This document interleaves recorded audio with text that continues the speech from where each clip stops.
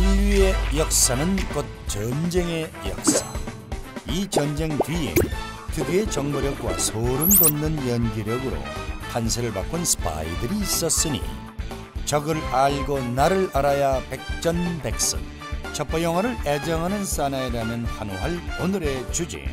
메소드 연기로 세계사를 바꾼 스파이 16. 스파이의 문화가 크게 두 가지가 있어요. 영국계랑 미국계. 영국은 첩보는 신의다 이런 말이 있어요. 귀족이나 잘 사는 사람들 중에 애국심의 발로로 첩보를 하는 사람들이 영국계예요. 그러다 보니까 그 킹스맨 같은 사람들, 007 이런 사람들이 있는 거고, 미국은 약간 의리보다는 영리, 돈으로 다 해결하거든요. 그런 큰 축이 두 개가 있습니다. 전 세계 그 스파이들을 보면 러시아는 어떤 스타일이에요? 러시아는 쌈마이 스타일? 아니 갑자기 연기한테 잡혀가서 지하 방에서 얻어맞아 봐야지 이제. 저희가 뭐 얘기하다 보니까 아까 007 네. 제임스 본드 얘기 나왔잖아요. 이 007이라는 게 코드명이잖아요. 그죠. 우리 잡식남들이 혹시 스파이가 된다면 어떤 코드명을 사용을 할까요? 영준이 형 010. 010이요? 일본이니까. 0 그다음에 소문자 I 그리고 0. 오하이오 고자이마스.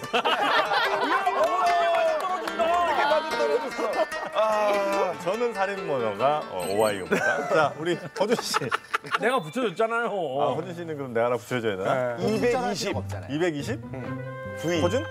엑셀. 볼트. 220 볼트. 보디코? 진짜 너무한다. 지난주까지 하고 안 하기로 했잖아. 안 하기로 했어요? 논란 계속 이어지는 거 아니었어요? 분명히 하지만 나 돼지 아니야.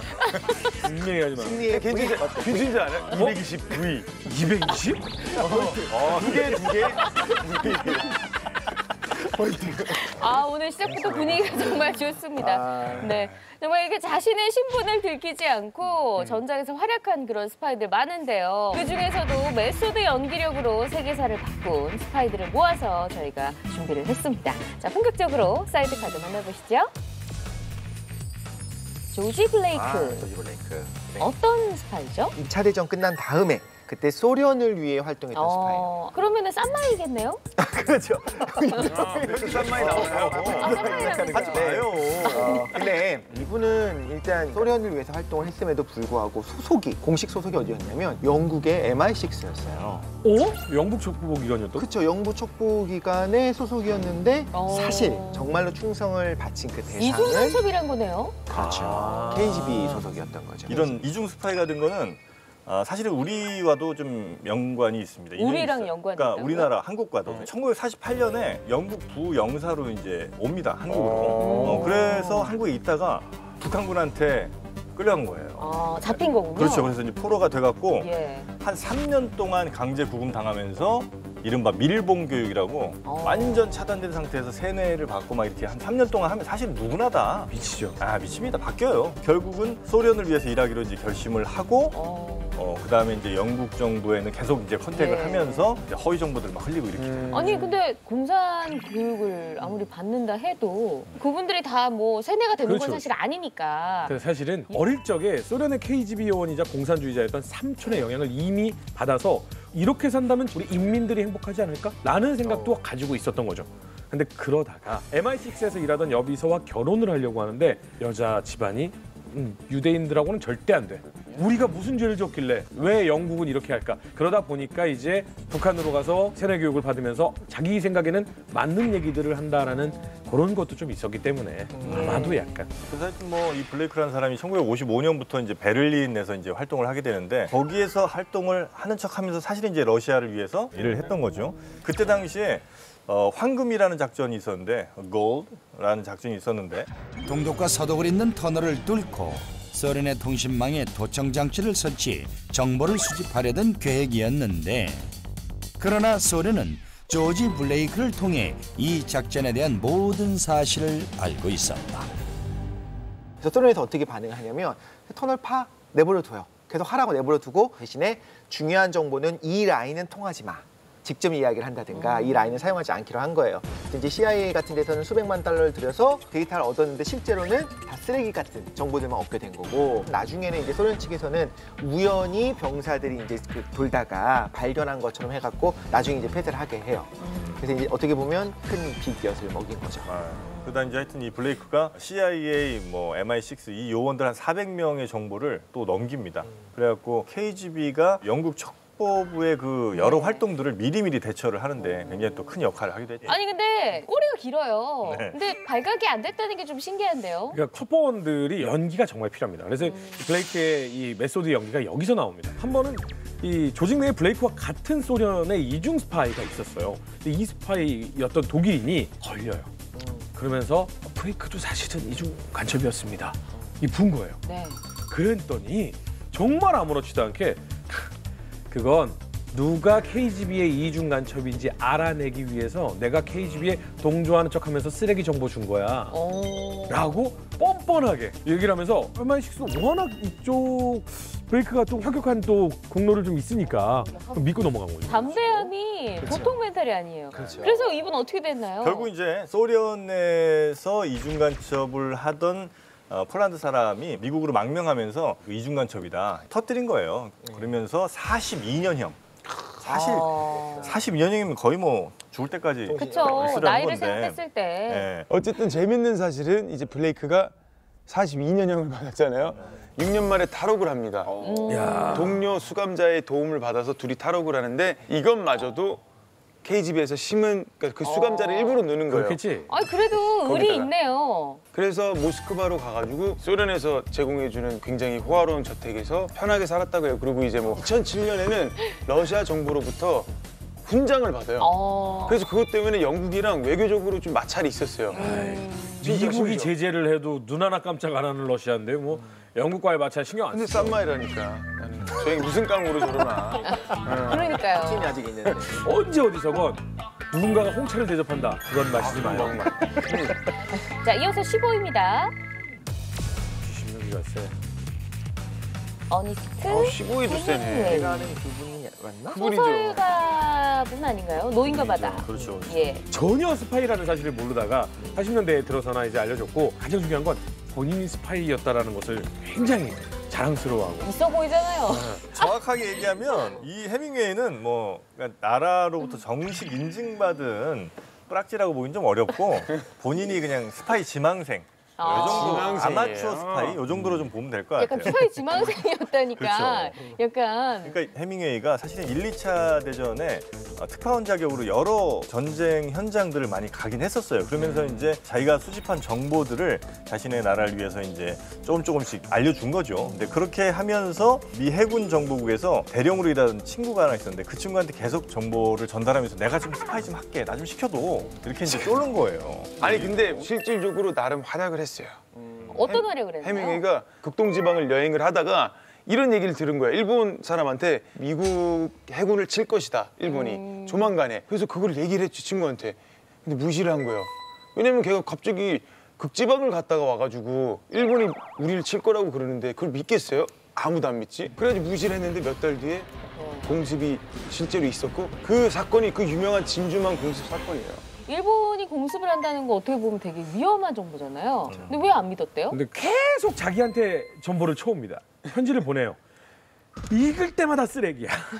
그러다 보니까 이 중에 뭐가 옥석인지 가리기가 사실은 어려웠었고 또 한 가지는 진주만 공습은 미국에서 이미 정말 많은 정보를 받았어요. 근데 이제 그 이후에 이 해밍웨이라는 사람이 스파이 조직을 만들었어요. 엉터리 공장이라는 걸 만들어갖고 진짜 정말 하고 싶었나 보다. 네.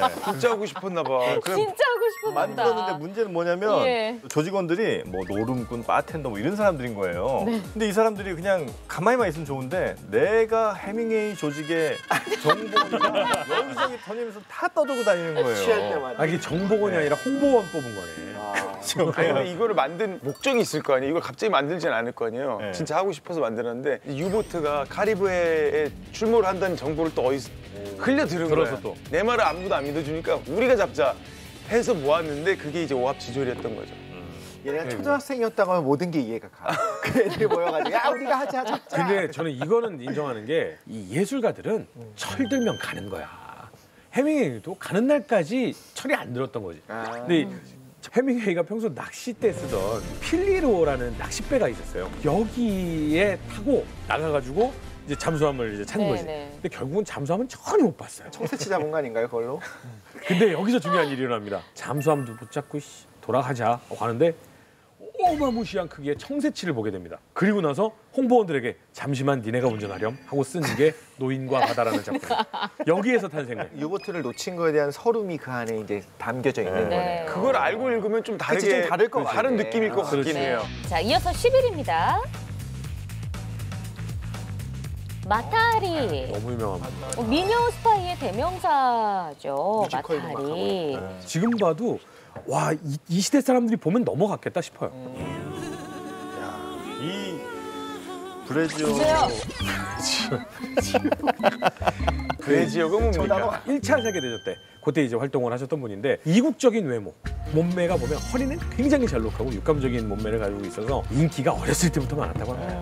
사실 그 마타리 같은 경우는 좀 인생이 사실 굴곡이 좀 심했어요. 그러니까 원래 군인이랑 이제 결혼을 해갖고 그 인도네시아로 이제 간 건데 거기가 이제 발령지였고요. 그 자바섬에 가서 동양 문화에 이제 조금 뭐 배우면서 뭐 춤 같은 것도 좀 배우고 잘 살았는데 그러다가 이제 유럽으로 돌아가면서 조금 뭐 안 좋은 뭐 삶을 살게 된 거죠, 사실. 근데 먹고 살기 위해서 뭘 잘하고 뭘 원할까 했을 때 춤을 추기 시작한 거죠. 그래서 거기서 그게 시작인 거지. 어디서 시작을 했냐면 댄서 생활을 물랑루즈야 파리의 물랑루즈였어. 그 단어가 전혀 모르는데도 그냥 물랑루즈 했을 때 너무 섹시하잖아. 나는 그거 보이진 못했는데 그게 되게 야하다면서요? 사실 댄서 하면은 낮게 볼 수 있잖아요. 네네. 근데 그때 당시는 그 모습에 수많은 팬들이 생겨가지고요. 제게 인사들이 초청을 해서 데리고 갈 정도로 굉장히 인기가 많았는데 그러면서 네덜란드의 총리 이런 사람들과 잠자리까지 하게 되면서 어마어마한 권력을 얻게 된 거죠.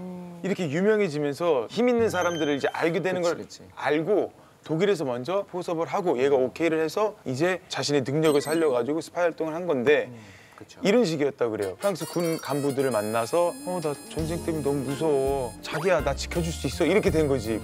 걱정하지 마. 야 우리가 지금 상황이 이렇게 해서 이렇게 할 거야. 내일 어디 폭격할 거야. 걱정하지 마.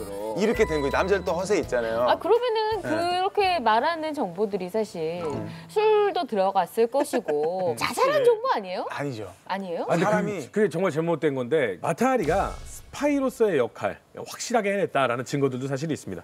1차 세계대전이 한창이던 1916년에 영국과 프랑스가 소련과 연합을 해서 독일을 갖다가 공격하자라고 하고 영국군 총사령관이 비밀리에 소련으로 가기로 합니다. 근데 이걸 독일에서 입수를 하고 총사령관을 처치해버리기로 마음을 먹어요. 그래서 마타리가 들어가서 어떤 짓을 해서든 무조건 이 정보를 빼내와라. 마타리가 가는데 정보줄을 갖고 있는 남자가 그 섹시한 마타리가 그 앞에서 뭘 해도 안 넘어오는 거야.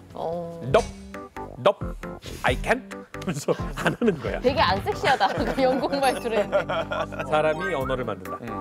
그래서 결국은 사람이 마타리가 언어를 만들지. 노선을 바꿔요. 총사령관에 보좌관을 꼬시고. 보좌관은 다 알 거 아니야, 같이 가니까. 재치도 있네요. 이 정보를 전부 다 입수를 하고 독일군의 잠수함이 파견이 돼서 영국 총사령관이 탄 군함을 격추해버립니다. 그 마타리가 한 일 중에 하나가 뭐 영국의 그 탱크 설계도를 독일로 넘겼다는 얘기도 있고 또 침략 정보 같은 걸 미리 빼돌려갖고 20만 명이 몰살했다 이런 이제 얘기들도 나와요. 물론 그게 정말로 마타리가 다 한 거냐 이거는 조금 의심해 볼 만한 부분이 있는데 그럼에도 불구하고 마타리가 여성 첩보원으로서는 굉장히 많은 일을 했다고는 알려져요. 저도 대전 왠지 있잖아요. 약간 덮어 쓴 것도 있을 것 같아요. 그럴 수도 있어요. 덮어 있을 수 씌우기 있죠. 참 좋은 스타일이에요. 음모론 1차 많아요. 대전이었고 탱크의 설계도를 넘겼다라고 하는 건 가장 1급 비밀을 넘긴 게 맞아요. 그런데 당시에 이제 독일 입장에서도 마타리가 좀 못 믿어온 부분이 있는 거예요. 도대체 뭐지라고 고민을 하면서 혹시 얘가 프랑스 쪽이라든가 그쪽에서의 이중 간첩이 아니었을까 싶어가지고 일부러 어떻게 보냈냐면 마타리가 독일의 스파이다라고 하는 내용을 공개적으로 이제 그 베를린으로 보내게 돼요. 그거를 이제 듣고서 프랑스 첩보 요원들이 마타리 이제 체포를 하는 거죠. 그래서 결국엔 잡히고 이제 처형까지. 그러니까 독일이 되는 거죠. 일부러 흘린 건데 그치. 못 믿어서 흘린 건데 결국에는 아니었잖아요. 아니 그것도 몰라요. 결혼하고 뭐 댄서 생활을 할 네. 때까지는 정보가 다 맞고 공개가 돼 있는데 왜 도대체 독일의 편을 들게 된 것인지 그리고 진짜 이중 간첩이 맞는지 그리고 이중 간첩이 맞으면 왜 그랬는지도 밝혀진 게 없어요. 자, 11위 마타알이었습니다. 이어서 10위입니다. 클라우드 푸스. 굉장히 이덕실 씨 닮았어요. 잘생겼잖아. 닮았어. 아니 닮았는데? 아 정말? 굉장히 똘똘해 보여요. 100% 예공개야 얘는. 바로 문과 뭐다 이러는. 정답입니다.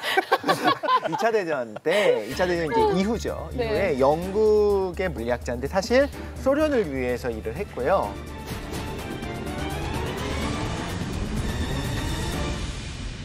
지금 당장은 미국만 핵무기를 가지고 있고 다른 나라들은 핵이 없는 거예요. 그래서 눈에 불을 켜고 핵 개발을 하고 있을 때 사실 푹스가 사실상 소련의 핵 개발을 굉장히 많이 도와주게 됩니다.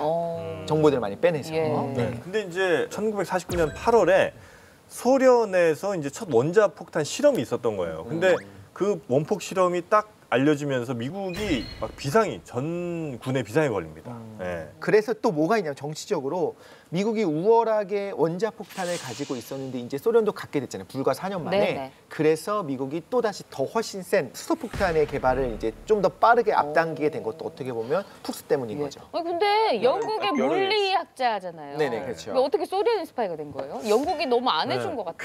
아니 그렇지 않아요. 이분의 가족이 독일 공산당 당원으로 가족들이 활동을 했었어요. 그러다가 나치당을 이끌던 히틀러가 이제 힘을 얻게 되면서 공산당을 탄압합니다. 네. 왜냐? 우리는 모두 평등하지 않다였잖아요. 그쪽은. 그래서 탄압을 많이 받았고 쫓기듯이 영국으로 도피를 하게 되는데 뭐 돈도 없고 힘도 없잖아요. 그런데 영국인 부부가 도움을 줘요. 그래서 대학에서 강의를 할 수 있도록 알선을 해주고 거기서 일을 하게 됩니다. 그러니까 어떻게 보면 포섭당했다기보다는 이 사람은 처음부터 이념적으로 사회주의자였던 거예요. 그리고 당시에 이제 소련 쪽에서 계속 했었던 전략이 뭐냐면 두 개의 조국을 이야기를 했어요. 너희가 태어난 조국이 정말 조국이 있지만 너희들이 이념적인 조국은 우리 사회주의의 이 낙원, 지상 낙원이다. 그러니까 이 사람은 그 조국을 위해서 일하려고 생각을 한 거죠. 근데 이제 워낙 똑똑했어요. 그래서 핵물리학을 연구를 하고 있는데 그 박사님의 추천으로 이제 영국에서 어떤 프로젝트 같이 해보지 않겠나 해서 가봤더니 그게 뭐냐면 사실 맨해튼 프로젝트보다 먼저 영국에서 비밀 핵 개발 프로젝트가 있었어요. 거기에 들어가게 된 거예요. 그래서 이제 연구를 시작하게 되는데 생각을 한 거죠. 이러다가 이제 영국이 핵무기를 만들게 됐을 때 과연 소련의 얘네들이 핵 개발을 해줄까? 전술을 해줄까? 절대 안 할 거다. 그렇다면 나의 정신적인 조국인 소련을 계속 넘겨야겠다 마음을 먹고 있었던 거죠. 소련의 핵 개발은 훨씬 더 아마 이 사람이 아니었다면 10년 가까이. 5년, 10년 이상은 늦어졌을 텐데 힘의 우위가 계속 팽팽하게 이어질 수 있었던 건 아마 이 사람의 역할이 굉장히 크지 않았나. 9위 영국과 독일의 이중 스파이로 활동한 두스코 포포프. 독일에게 허위 정보를 전달해 노르망디 상륙 작전 패배에 영향을 끼쳤다. 8위 독일의 유명 여배우이자 히틀러가 사랑한 여인 올가 체코바. 소련의 스파이로 활동한 그녀는 독일의 소련 침공 계획 정보를 미리 빼돌려 독일의 패망을 이끌었다. 7위 제1차 세계대전 당시 독일의 스파이로 활동한 빌헬름 바스무스. 중동에서 활약하며 현지인들의 반란을 부추긴 그의 활약으로 영국군은 궁지에 몰렸다고. 6위 동독의 정보기관의 수장인 마르크스 볼프. 현대 첩보사의 가장 치밀한 첩보작전 설계자로서 동독 최고의 스파이 양성자로 알려진 인물. 마지막 아쉽게도 히든카드 들지 못한 5위입니다. 리하르트 아, 조르게나. 조르게. 형님이 좋아하는. 사실은 뭐 히든에 충분히 들어갈 만한 사람이고, 그러니까 1, 2차 세계대전을 겪던 시기에 이 소련을 위해서 일했던 그 스파이로 예. 사실은 전체 그 전쟁의 방향 혹은 뭐 어떤 뭐 저울을 굉장히 많이 좌지우지했던 그런 아주 대단한 영향력의 스파이다 이렇게 볼 수가 있겠죠. 아 그러면 소련 사람이에요? 되게 웃긴 게 되게 평범한 원래 그냥 독일 사람이에요. 독일 사람이에요? 독일 사람인데 예. 스파이 활동을 하게 된 계기가 이제 1차 대전 때 그때 이제 자원 입대를 해요. 독일군으로 입대를 하는데 그때 전쟁에서 부상을 입으면서 뭔가 이제 조국에 대한 염증을 느낀 거지. 그때 그래서 철저하게 공산주의자가 돼요.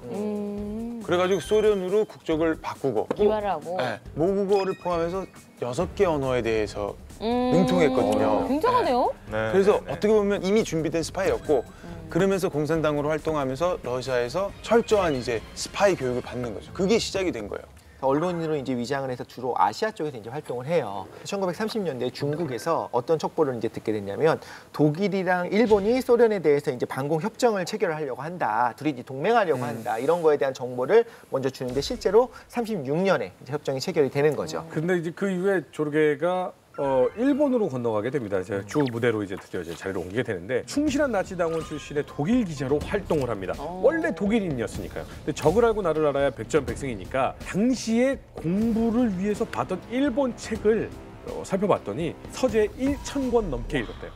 예, 서재에 꽂혀 있는 게 1,000권이 넘었고 일본에서 수집한 정보만 3만 쪽 이상의 보고서를 작성을 했다고 합니다. 야, 어마어마하네요. 3만 쪽. 그중에 나라를 바꿀 만한 초특급 정보가 한 2가지 들어있었다고 합니다. 어떤 거예요? 역사상 이렇게까지 스파이가 정확하게 맞출 수 없을 거다, 앞으로도 없을 거다는 정보가 있었는데 그게 바로 독일이 소련과 사실 불가침 협정을 맺었는데 그걸 깨고 소련에 침공을 하는 바로바로사 작전의 정확한 날짜를 맞춥니다. 근데 이런 정보를 들었음에도 불구하고 스탈린이 계속 무시를 해요. 왜냐하면 그럴 리가 없어. 나의 히틀러가 나한테 이럴 수가 있을까? 스탈린과 히틀러는 조롱하는 사람들은 연인이냐라고 얘기를 하는 거 할 정도로 스탈린이 히틀러를 너무너무 좋아했었어요. 그렇죠. 두 번째 정보는 어떤? 두 번째 정보는 이제 독일과 동맹국이던 일본이 소련을 공격하지 않고 만주 쪽으로 군을 돌린다.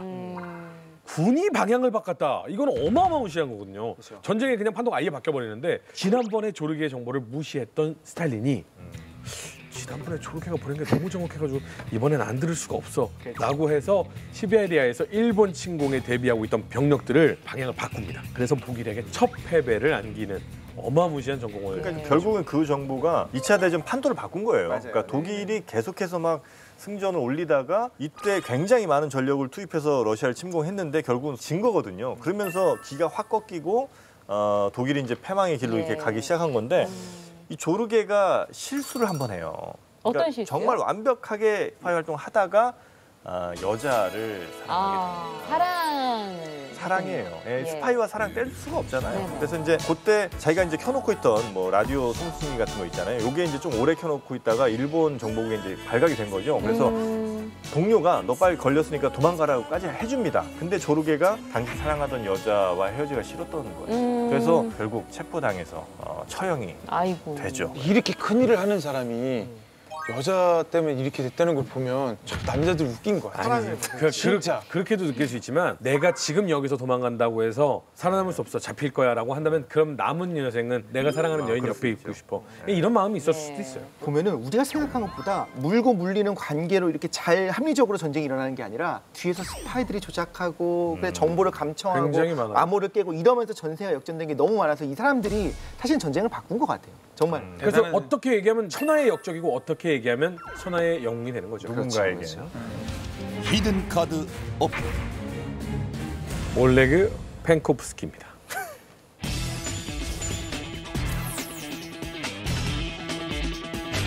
정확히 얘기하면 이분은 구소련 사람입니다. 러시아 사람이 아니고 구소련 사람인데 이분이 없었다면 우리는 이 자리에 없을 수도 있습니다. 근데 뭐 얼마나 대단한 사람이길래 우리가 있을 수도 없을 수도. 1962년 10월 쿠바 미사일 위기는 다들 아실 겁니다. 아하. 일촉즉발의 위기. 서로 버튼만 누르면 끝나는. 3초, 2초. 아니 본인이 들기 돼지 싫은 거야? 아니거든요. 우리 안 했어. 돼지 아니거든요. 아니 우리 뭐 무슨 말 했는데 우리가? 아니 우리 무슨 말을 했어요? 나 비웃고 있는 거 아니야? 아니 무슨 말을 했어? 사는 어떻게 해, 사는?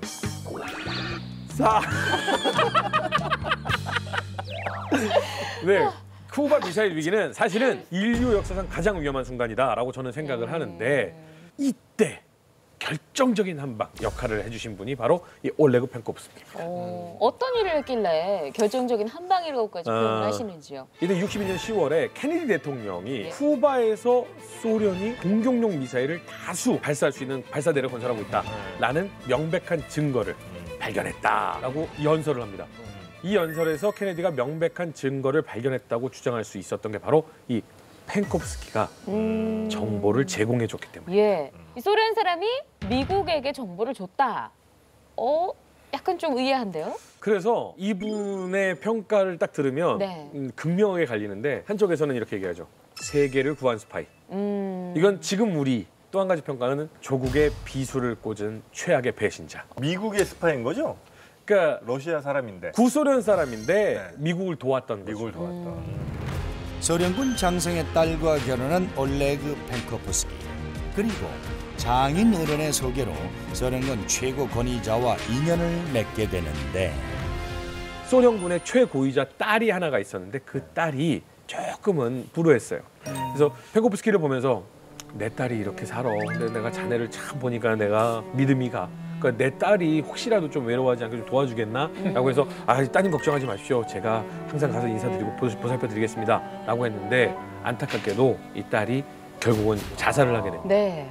근데 이제 펜코프스키는 의리가 굉장히 있던 사람이었어요. 그래서 이 사람이 갖고 있던 시계를 팔아서 장례를 치러줍니다. 딸에. 아니 장례도 안 치러줘? 뭐야? 가족이 장례도 안 치러줘? 사망했다는 거를 알게 될 때까지 시간이 걸리니까 그렇죠. 그 전에 먼저 장례를 그때 당시에 소련은 뭐 전화 딱 해가지고 저 따님이 돌아가셨습니다. 그러면 바로 그냥 아니, 올 때가 아니에요. 전보라도 칠 수 있잖아요. 그래도 이제 시간이 걸리니까. 네, 그래도 시간을 이제 보고받기까지의 시간이 좀 걸리고 하는데 펜코프스키가 이미 그렇게 장례를 훌륭하게 다 이렇게 하고 있다는 걸 보고 감동을 받고 완벽하게 신뢰를 해요. 그리고 나서 어떻게 하느냐? 수양아들을 삼습니다. 자기 딸도 제대로 돌보지 않으니까. 그만할까요? 저의 히든카드. 아빠 잘못 만난 딸 때문에. 네, 여기 끝났나요? 우리도 열심히 하면 양아들이 될 수 있어. 양아? 자, 다음 빨리 해. 예, 아무튼 그랬는데도 왜 배신을 하고 스파이가 된 거예요? 그러니까. 그러게. 이유가 없네? 이 남자한테 일생일대 위기가 찾아옵니다. 알고 보니까 돌아가신 펜코프스키의 아빠가 반공주의자였었어요. 뒤늦게 그게 밝혀졌군요. 그렇죠. 그러면서 내가 이 나라를 위해서 얼마나 열심히 일해왔고 내가 정말 어떻게 노력해왔고 내가 정말 최선을 다해왔는데 왜 나에게 시계를 팔았잖아요. 그 딸을 위해서. 여기까지. 자, 태클 금지. 자, 태클 금지할게요. 예. 다음 아니, 근데, 히든카드를 발표할 작품은 아니, 나는 허준 씨가 이렇게 흔들리는 거 처음 봤어요. 항상 멘탈 갑이었는데. 아니 팩트에 대해서 얘기를 해달라고요. 알겠어요. 아무튼 그래서 근데? 스파이를 하기로 결심을 했는데 아니 근데 스파이 하고 싶다고 그냥 시켜주는 게 아니잖아요. 이 남자는 스파이가 되기 위해 아주 대담한 작전을 씁니다. 미국 관광객을 활용하기로 마음을 먹고 어느 날 모스크바의 한 다리에서 딱 봐도 아메리칸인데 아메리카노를 들고 있네. 미국 사람한테 다가갑니다. 아메리카노를 두고 있어요. 아메리카노. 그래서 소련의 문서를 그 미국인에게 줍니다. 그리고 이걸 CIA에게 갖다 주면 알아서 그들이 판단할 것이다. 근데 의심당할 만한데요, 미국 입장에서는? 근데 얘가 전해준 편지를 보니까 역스파이를 심기 위해 이 정보를 줬다고? 말이 안 되는 거예요. 완전 1급 기밀을 줬던 거죠. 그래서 CIA는 이거는 믿을 수밖에 없다. 일단 믿고 가자. 라고 펜코프스키를 믿습니다. 예. 아니 근데 팔다리가 다 잘렸다고 했는데 어떻게 그런 1급 기밀들에 접근을 했을까요? 펜코프스키를 수양아들 삼은 그 최고 권력자. 그 후회하고 있을 네. 거야. 아니 근데 이 사람은 아들을 지켜보고 있었는데 이 펜코프스키가 좌천된 이후에 계속 책을 읽는 거야. 그러니까 얼마나 예, 힘들었으면. 근데 책을 읽는 거 보니까 다 군사기밀 정보 이런 것들이야. 아이고 혹시라도 다시 복권될 때를 대비해서 공부 열심히 하는구나. 하고 철저하게 믿고 최고의 그 정보들이 있는 곳을 드나들 수 있게끔 배려를 해줬어요. 근데 그렇게 한 최고 권력자가 참 되게 헐렁하네요. 호준한테 좀 태클 좀 걸지 마요. 아니 그 자, 최고 여기 저봐 또 또 말하잖아. 내가 저럴 줄 알았어. 아니 다음 히든카드를 발표할 작품남은 최고 권력자가 헐렁하다고요. 사실은 쿠바에서의 그 미사일을 쏘는 것은 서로 간에 버튼 누르기 경쟁이었어요. 내가 먼저 누르냐, 네가 먼저 누르냐인데 펜코프스키가 준 정보에 의해서 쿠바로 들어오는 핵미사일을 막아낼 수 있었던 그런 전략을 짜게 해줬기 때문에 핵전쟁이 없었다라는 것 자체가 우리는 모두가 펜코프스키한테는 감사해야죠. 허준 씨의 히든 카드 올레그 펜코프스키죠. 다음으로 히든카드를 오픈할 잡식남은 최성준 씨입니다. 순서대로 갈까요, 오늘 이렇게? 네, 저도 바로 오픈하겠습니다. 네. 대단한 분 맞아요. 이분이 없었으면 바로 세계 오픈한다면서요? 세계 역사가 바뀌었겠죠? 바로 오픈한다면서요? 우리 역사마저 바뀌었을 거예요. 바로 이분은. 네. 히든 카드 오픈. 윌리엄 스티븐슨입니다. 네.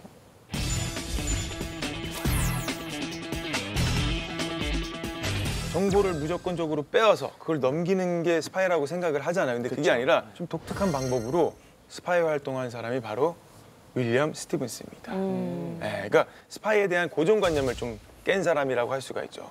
스티븐슨이 2차 대전이 한참 발발하던 시기에 영국의 스파이로 활동을 했는데 이 사람의 목표는 뭐였냐면 미국을 끌어들이는 거를 공작하는 게 목표였어요. 미국을 끌어들인다고요? 세계 2차 대전에. 대전에 미국이 참전하도록 유도하는 게 이 사람의 목적이었어요. 왜냐면 미국은 당시만 해도 유럽끼리의 전쟁이니까 명분도 없었고 그래서 명분도 없고 명분도 굳이 없었고. 참여할 이유가 별로 없었거든요. 그리고 군수물장 계속 보내니까 돈은 계속 벌고 있었고 근데 미파 공작원이네.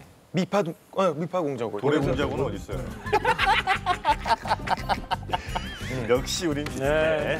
사실 2차 대전 당시의 승전의 주역은 누가 봐도 미국이에요. 소련이 굉장히 많은 희생자를 내면서 막았다라고 하는 것도 있는데 그 소련이 사실 버틸 수 있었던 이유 중에 하나가 미국이 어마어마한 무기와 식량을 소련에다 원조를 해줬기 때문에 소련이 자신들의 그 공업력을 어디다 투자할 수 있었냐면 다 무기에다 투자를 할 수가 있었어요. 그게 아니면 식량을 만들었었어야 되니까 어떻게 보면 미국 덕분인데 미국의 참전을 이런 사람 유도했다. 때문에 그랬다. 그랬더니 대단한 거죠. 미국을 너무 거예요? 물러보는 거 아닌가요? 그 스토리를 이제 제가 아니 미국을 지금 천조국을 지금 제가 말씀드릴게요. 스토리를 일단 지금 전쟁은 흥미진진하죠. 어서 해주겠습니까? 알겠습니다.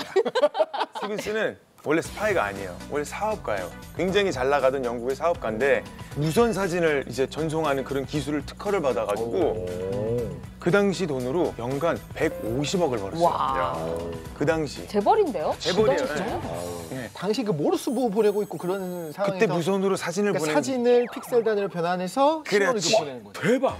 여기서 이독실이 놀란 건 그때 현금으로 150억을 번 게 아니라 픽셀로 바꿔서 보낸 게 놀라웠던 그거 거야? 놀라운 것 같은데 그 그쵸. 정보를. 그다음에 그 사람이 했던 게 뭐겠어? 돈을 많이 벌었는데 항공기 제작하고 아 역시 돈이 철강- 가장 많으면 군수업자가 되는군요. 철강 제조 사업, 예. 다각도로 사업을 펼쳤는데 다 잘 됐어요. 아니 그러면 계속 사업을 하지 왜 스파이를 했대요? 그렇죠. 근데 그렇게 두각을 나타내니까 예. 어떻게 되겠어요? 유명해졌겠죠. 정재계 인사들과 친분이 쌓이고 교제를 넓혀나갔는데 그중에 누가 있었을까요? 처칠. 오잉? 공부했어요? 아니 영국하고 뭐 어쩌고 했는데 그때 당시 처칠 아니야? 처칠이죠. 대장이죠 처칠이. 처칠이랑 네. 베프를 먹어요. 와 진짜. 아, 형동생 먹는 거 그냥. 누가 형이었어요? 진짜요? 처칠이 조금 나이가 많지 않았을까요? 처칠 사실 네. 성격이 그렇게 괴팍하다던데. 그러니까. 그런 사람마저 그런 사람마저 위 감은 거예요. 맞아요. 근데 그 사람이 독일 산업계랑도 굉장히 독일에 친분이 기술력은 있어요. 세계 제일. 사업자니까. 사업자니까. 예. 그래서 처칠한테 그 정보를 막 준 거예요. 나치 정권이 뭐 베르사유 협정을 어기고 군사를 높이고 있다. 히틀러가 군수물자를 대량으로 만들고 있다. 이런 걸 다 알고 있는 거예요. 왜냐면 그 사업하는 사람들끼리 다 알 거 아니에요. 근데 또 세계 2차 대전이 반발한 거예요. 그래서 발발한 겁니다. 발발. 반발한 거는 이제 반대 이거. 발발을 했는데 목표가 일단은 미국의 참전이잖아요. 그럼 네네. 뭘 해야 돼요? 정부의 군수- 전쟁에 참여하고자 하는 군수 의지를 최고 구축해야죠. 통수권자를 구워 삶아야죠. 그 결정할 수 있는 사람과 가까워져야 대통령. 되잖아요. 대통령이 대통령이죠. 친해져요? 그 당시 루즈벨트였는데 스티븐슨이 이미 루즈벨트 대통령의 절친 그 사람과 이미 알고 지내던 사이여서 그걸 통해서 보좌관을 할게 그러고 친분을 쌓은 거예요. 그래서 루즈벨트 대통령도 그때 중립법안이 발의가 되고 해가지고 막 미국은 참전 안 한다 막 이렇게 했지만 영국을 사촌 국가라고 생각을 해서 이런 상황이면 우리 미국이 당연히 도와줘야 된다라고 사실 생각을 하고 있었어요. 아, 미국에도 그런 게 있군요. 뭔가 혈연이나 뭐 이런 게. 그러니까 이제 근데 이제 어쨌든 최고 통수권자가 전쟁하자라고 해도 여론이 일단 형성이 안 되면 또 안 되잖아요.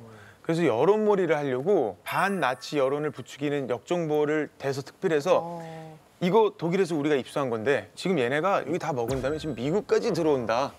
주변 국가가 아니다. 공포심을 좀 불러일으킨 그렇죠. 거네요. 여론몰이를 한 거죠. 근데 이 느낌을 보면 첩보 뭐 이런 관련하는 스파이가 아니라 그냥 홍보 요원, 마케팅 혹은, 예, 마케팅 담당자. 그렇죠. 마케팅. SNS에 좋아요 많이 받게 하는 로비스트, 로비스트.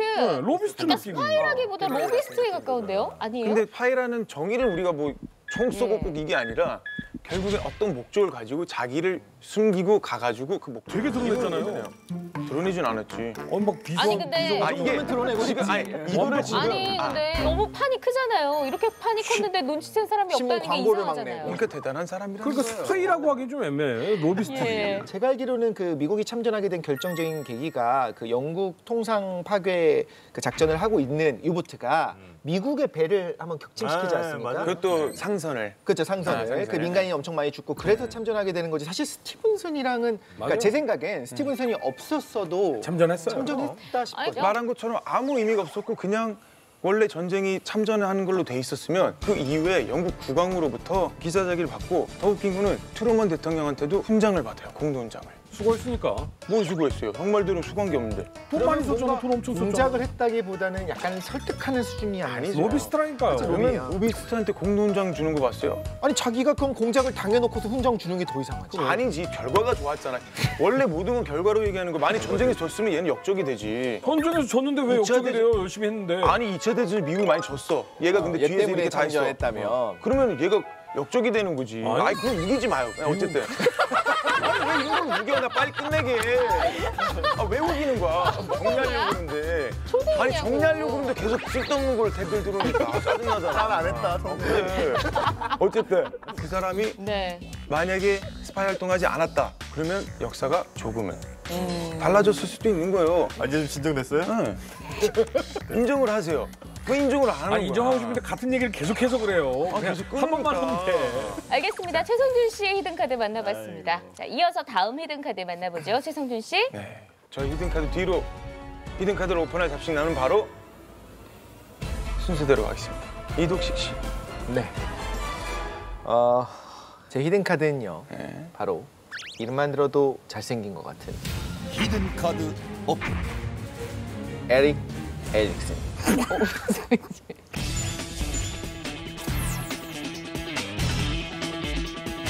왜 사진이 없어요? 아, 그게 바로 궁금해요. 이분의 정말 위대한 점입니다. 사실은 어떻게 뒤로 연합군을 도왔는지 정황이 있음에도 불구하고 자기는 마지막까지도 나는 스파이 짓 하지 않았다라고 이야기를 했고 공개된 게 없어요. 진짜 스파이라면 이렇게 돼야 되지 않습니까? 나중에 나이 들어가지고 나 스파이 했었고 그때 내 덕분에 이렇게 했어라고 이렇게 떠벌리는 것보다 그리고 책 써서 돈 벌고. 그렇죠, 방송 그거보다. 출연하고. 진짜 스파이구나. 어떻게 보면 진짜 스파이예요. 예. 이분은 또 어떤 활동을 했나요? 전 성준 씨가 굉장히 중요한 카드를 들고 왔다고 생각합니다. 이건 뭐냐면 첫 번째 사업가였잖아요. 예. 사업가가 전쟁에선 되게 중요해요. 이분도 마찬가지로 스웨덴에서 성공적으로 석유 관련 사업을 총치게 했었던 최고 경영자였습니다. 그래서 이제 국적 자체는 미국이었어요. 미국이었지만 스웨덴 사람이었고 또 온순하고 성격도 되게 낙관적이었대요. 그래서 주변 사람들이 전부 다 그 성품이 좋아가지고 이렇게 막 욱하지 않고 많이 좋아하는 그런 스타일이었다고 합니다. 사업가들이 좀 스파이를 많이 하네요. 아무래도. 일단 돈이 있어야지 맞아요. 하니까. 그렇죠. 여기까지는 좀 예, 비슷해요, 저랑. 그렇죠, 비슷하죠. 여기까지는 인맥도 비슷해. 좀 넓을 것이고. 완전 이제 다른 길을 가기 시작해요. 아, 그래요? 스티븐슨은 처칠이랑 형동생을 먹으면서 네. 이제 권력의 핵심이 들어갔다면 에릭 애니스는 딱 2차 대전 발발하기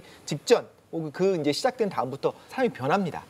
반유대주의자가 돼요. 독일로 가는구나. 그렇죠. 그래서 온순하던 사람이 갑자기 왜 반유대주의자 그랬을까? 돼갖고 막 욕을 하기 시작하고 인류의 구원자로 히틀러를 찬양을 하고 심지어 막 뒤에 대형 히틀러 초상화가 있는 거예요. 사람들이 깜짝 놀라죠. 그러면서 산업계에 소문이 나게 되고 이 정도의 이제 성공한 사업자 같은 경우에는 독일인들의 귀에 들어갑니다. 제2차 세계대전 당시 산유국이 아니었던 독일은 전쟁을 치르기 위해 많은 석유를 필요로 했다. 그리고 그들의 눈에 띈 석유 사업자 에릭 에릭슨. 우리가 나치의 당 차원에서 엄청나게 밀어줄게. 성공한 사업가 한번 합시다. 합작합시다. 당연히 에릭 에릭슨은 이제 콜을 하게 되죠. 근데 그게 정말 진심으로 합류를 한 건가요? 아니, 당연히 그건 아니죠. 사실은 그게 연기였다. 그렇죠.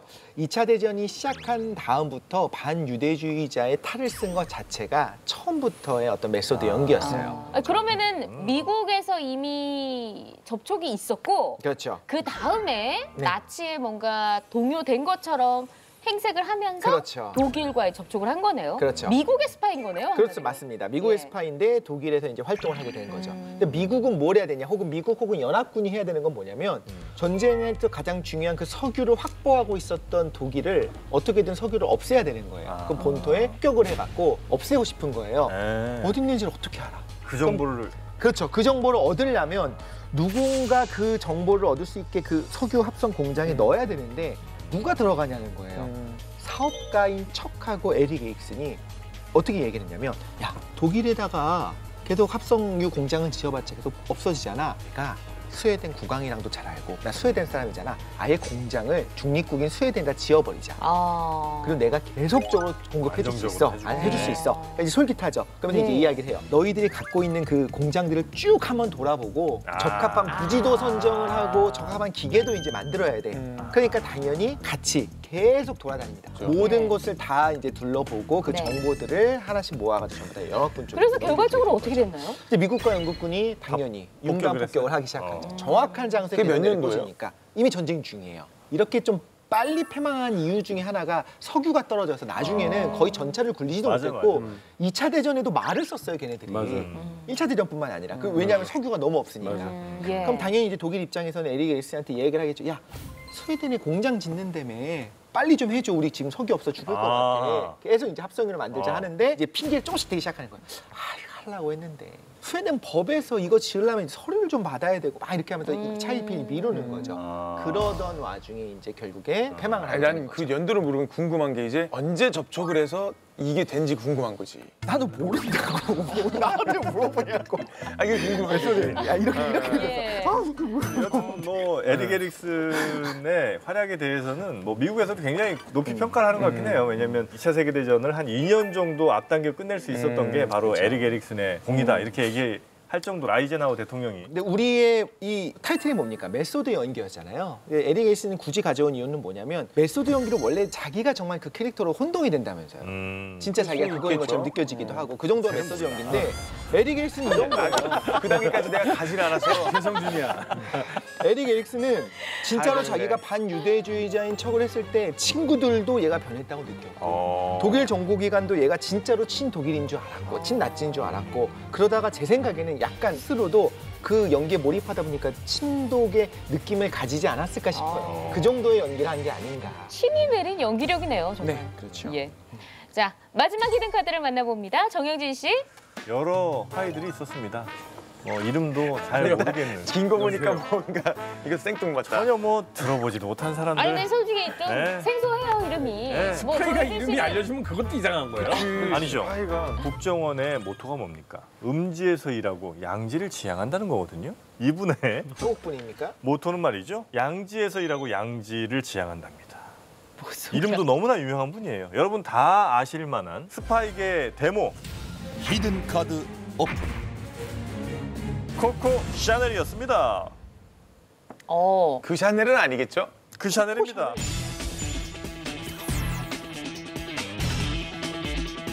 금융방송을 하면서 네. 이렇게까지 사람의 이름을 부르면서 야, 이 단어를 이렇게 마음껏 얘기할 수 있구나. 네. 나는 이름이니까. 어떤 오늘이 바로 그날입니다. 여러분. 자유를 느낄 수 있을 것 마음껏 같아요. 하세요. 샤넬이 샤넬. 어쨌는데요? 샤넬이 말이죠. 코코 샤넬은 독일의 구세주였습니다. 그럼 뭐 했냐고요. 아, 독일 편이었다고? 독일의 밀사로 영국으로 갑니다. 왜냐면 이제 코코 샤넬의 옛 남자친구가 윈스턴 처칠의 절친인 거예요. 그러니까 어떻게든 이으면 코코 샤넬을 잘 해갖고 저는 목적이 암살이었다고 생각해요. 암살이요? 설득이었을까? 설득을 뭘 해요? 독일에서 아니, 이제 휴전하자. 때문에 사실 그래서 살살 다뤄라 그렇지. 독일을. 그때 샤넬이 만든 그 백 안에 독침이라든지 이런 것들이 들어있을 수도 있었다는 썰들이 난무하고 있습니다. 예, 그래서 그 백이 그렇게 비싼 거예요. 괜히 비싼 게 아닙니다. 아니, 근데 스파이가 확정이 됐어요? 아! 스파이라는 사실이? 99% 됐다고 보시면 오. 감사하겠습니다. 미국의 한 언론인이 적과의 동침이라는 유명한 책을 씁니다. 이 책에 보면 샤넬이 57세였던 1940년에 독일 첩보기관 압웨어라는 데가 있는데 여기에 채용이 됐고 요원 번호까지 나와 있습니다. 여기. F7124. 갑자기 근데 스파이가 왜 됐대요? 50 넘어가지고. 아, 50 넘어서 이제 예. 독일군 사업도 잘 되는 장교와 거야. 사랑에 빠졌기 때문에 독일을 도와주기 위해서라는 썰이 하나가 있고 또 하나는 네. 자신의 친척 뭐 이런 사람 하나가 독일군 수용소에 있었다는 거예요. 그 친구를 풀어주기 위해서 코코 샤넬이 나섰다는 거예요. 슬프다.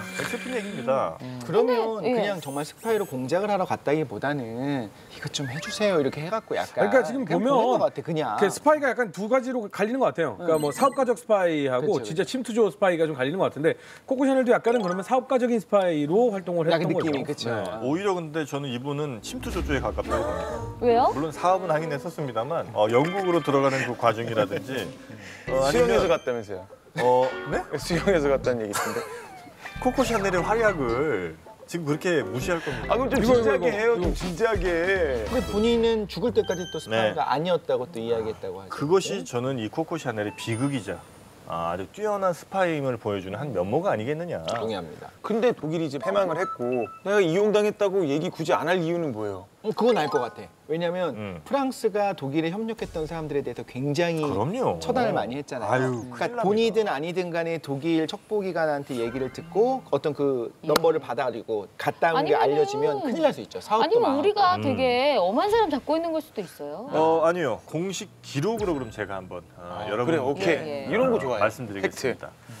2016년 작년입니다. 작년에 최근에 공개된 문서예요. 예, 여기 보면 마드리드에서 활동하는 한 정보원 코코 샤넬이 나치 비밀 경찰인 딩클라케 남작의 연인 겸 공작원이라는 사실을 알려왔다.